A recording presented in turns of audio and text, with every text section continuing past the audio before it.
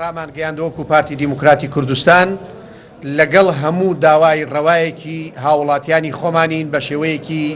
ئاشتیانە و مەدەنیانە کە بە دەسڵات و حکومڕانیەت لە هەرێمی کوردستان بدرێ. بەڵام هەروەکو دەبینن ئەو داوا ڕەوایانە کە لە سەرەتای ڕۆژەوە ئێمە وەکو پارتی تەییدمان کردووە بە مافێکی ڕەوای هاوڵاتیانی خۆمانی دەزانین، بەڵام ڕۆژ بە ڕۆژ حەقیقەتی ئەو داوایانە لە یەک جیا دەبێتەوە. هەروەکو دەبینن ئەوەی کە لە سەرەتاوە باز دەکرا و دەسڵات لە هەرێمی کوردستان گوێی لێ دەگرتن، بەڵام دیارە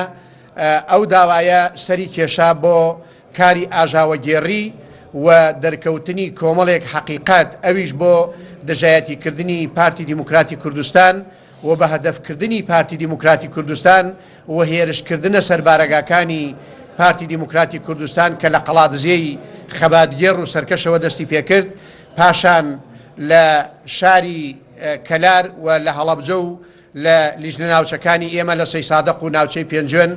دەستی پێکرد. ئەمانە بەڕاستیەکەی ئەو خەڵکانن کەوا نەیانتوانی و خەڵکێک لە پشتی ئەمانەوە بوون، بەداخەوە نەیانتوانی لەگەڵ ئەو دەسڵاتەی کە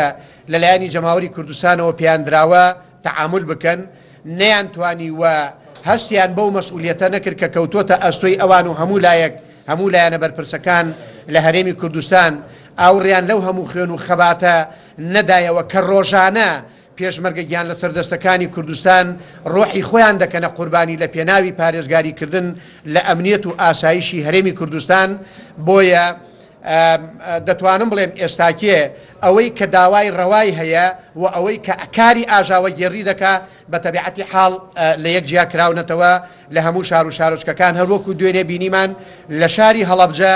بە سەر لە بەیانیەکەی بە شێوەیەکی زۆر هێمنانە لەلایەن گەنجان و ڕۆشنبیران و ڕێکخراوەکانی کۆمەڵی مەدەنی داوا و پێشنیاراتی خۆیان بە شێوەیەکی زۆر مەدەنیانە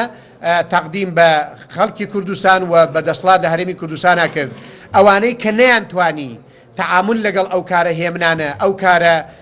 شارستانیانەدا بکەن، ئێوارە لە کۆتایی ڕۆژ لە سەعات 3:30 بۆ 4 ئێوارە هەڵسان بەکاری ئاژاوەگێڕی خۆیان و پەلاماری بارگای لقی 12دا. بەڵام زۆر بە سپاسەوە دەڵێم لەلایەنی مامۆستایانی ئاینی و ڕێکخراوەکانی کۆمەڵی مەدەنی، کۆمەڵێک لە کەسایەتی و شخصیاتی پایتەختی ئاشتی شاری هەڵەبجە پشتوێنەیەکی ئەمرین دروست کرا لە پاش ئەوەی کەوا جەنابی پارێزگار و جەنابی قایمقامیش هاتنە بارگای لق نەتوانرا ئەوانە مەرامە ئاژاوەگێڕەکانی خۆیانیان بەدەست بێرن. من لێراوە ڕای دەگەێنم زۆر بەداخەوەین لەگەڵ ئەو کارە ئاژاوەگێڕیانەی کە لە ناو شار و شارۆچکە و ئەو هەموو دایک و خوشکە ڕەشپۆشەی ئێمەدا ڕوویدا کە لە هەفتەی پێشوو لە ڕۆژی پێشوو لە مانگی پێشوو ڕۆڵەکانیان لە قوربانیدان و لە خۆفیداکردن شەهید کراون بۆیان هاتەوە، هاتن و ئەم هەموو تاوان و جەریمەیان ئەنجامدا و بە بارگای پارتی دیموکراتی کوردستانیان سووتان و خەڵک و ئەندامی پارتی دیموکراتی کوردستانیان سەر و گوێ دەشکان. بەڵام من لێراوە دڵنیای ئەو خەڵکانە دەکەم و ئەبێ زۆر باش بزانن دەستیان بە شاری شەنگە سوورا کردووە، دەبێت زۆر چاک خۆیان ئامادە بکەن بۆ گەزین، ئەو گەزینەی کە ئەوان بتەزێنێ، چونکە ئەو